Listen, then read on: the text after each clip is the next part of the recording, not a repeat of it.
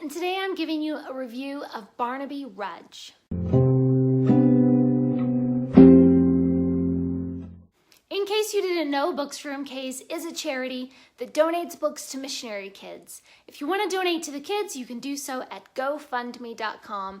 There's a link down in the description and there's a button at the end of this video where you can donate to the kids. So if you've been watching my videos for a while, you know that this year especially, I have been working to finish up my Dickens goal to read all of Dickens.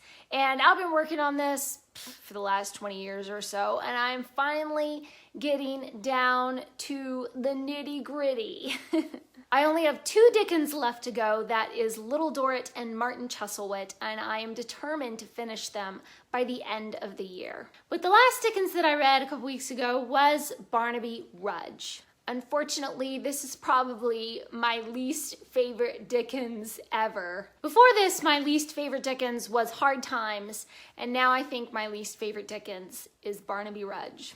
I only gave it 2 out of 5 stars. I mean, it's still Dickens, so it's still good, but it's just not as good as I expect Dickens to be. So first I'm going to give you a little synopsis of what Barnaby Rudge is all about and then kind of tell you why I hated it so much and some of the problems that I had with it. This is the story of a half-wit, Barnaby, and how he was tricked into joining the Gordon riots in London. Barnaby's poor mother has a terrible secret in her past that haunts her. And of course, as with all of Dickens' books, the plot is incredibly complex. There are tons of side characters and side plots and a lot of layers to the story. Other characters include the gruff Mr. Willett, the village innkeeper, and his son Joe, who is in love with the locksmith's daughter. At the same time, the delicate Miss Hardale is involved in a courtship, a secret courtship, with the son of her uncle's sworn enemy. And those 2 star-crossed lovers ask Barnaby to pass messages and notes between the 2 of them. Villains include the disgruntled apprentice Simon Tappertit, the really unsavory stable boy Hugh. They are instrumental in inciting the London riots, along with a hangman named Dennis who keeps his occupation secret from his comrades. I just hated this story so much. I could barely force myself to read to the end. I mean, normally I love Dickens.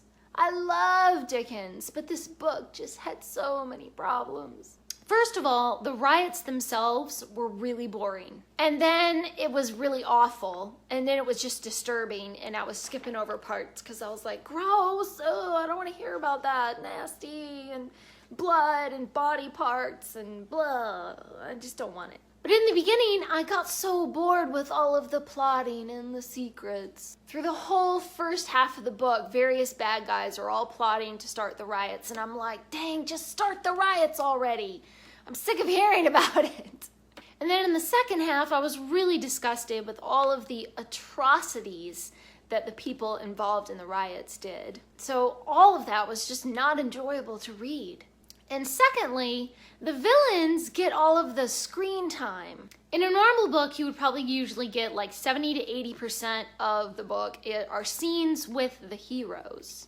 And maybe 10% are just the villains on their own, you know, they're plotting and doing dastardly deeds in the background. And then probably another 10 to 20% are the heroes and the villains actually interacting and actually fighting. But this book is very heavily focused on just the villains. I would not be exaggerating to say that 90% of this book is just about the villains. Their plotting, their secrets, their evil deeds, and their interactions with other villains. With the result that the villains are fully defined characters, and the heroes are just a bunch of faceless nobodies. I did not like a single character in this entire book, because none of the heroes, men or women, are developed properly. They're introduced and they're described and they're just kind of tossed aside in the background. And then they emerge a couple of times in 1 or 2 scenes just so you don't forget who they are. They do a brief scene and they disappear again. And then they come in to do one heroic deed out of nowhere. And then it's the end and they ride off into the sunset. And I'm just thinking, who are you, hero? What have you been doing in the background all this time? Where did you go? I don't even know who you are, really. Even the villains are really poorly developed. They are described in detail, and we get to hear all their conversations and dialogue, but they don't grow or change or have any development. There's no progress, there's no maturing. And for a character-driven reader like me, that is just the death of the book. I didn't like this book because I had no one to cheer for. Did they die? I don't care because I don't really know them. Did they get kidnapped? Whatevs. Oh, did they get hanged because of all their crimes and the riots? Yeah, nah, just don't really care. I have to say, I'm just so glad that this book is over and I never have to read it again. I'm beginning to learn that with the great masters of the written word, when it is good, it is really, really good. And when it is bad, it is horrid. When I was reading through all of Shakespeare, I kind of found that as well. The Shakespeare plays that I love, I really, really love. And the Shakespeare plays that I hate are really, truly horrid. And that is definitely holding true for Dickens as well. Please leave me a comment down below and let me know, what do you think of Dickens? Have you read any Dickens? If you haven't read Dickens yet, do not start with Barnaby Rudge. Seriously, don't. And leave me a comment down below and let me know, what do you think is the right percentage or the right ratio for villains to heroes? And I'm not talking about like anti-heroes or anything. I'm talking like straight up classic hero, classic villain. What's the percentage of screen time, or screen time, I say that, but what percentage of scenes should be about the heroes and what percentage of scenes should be about the villains? I like me a lot of hero time because I want to know my heroes. I want to cheer them on. I want to, struggle through with them.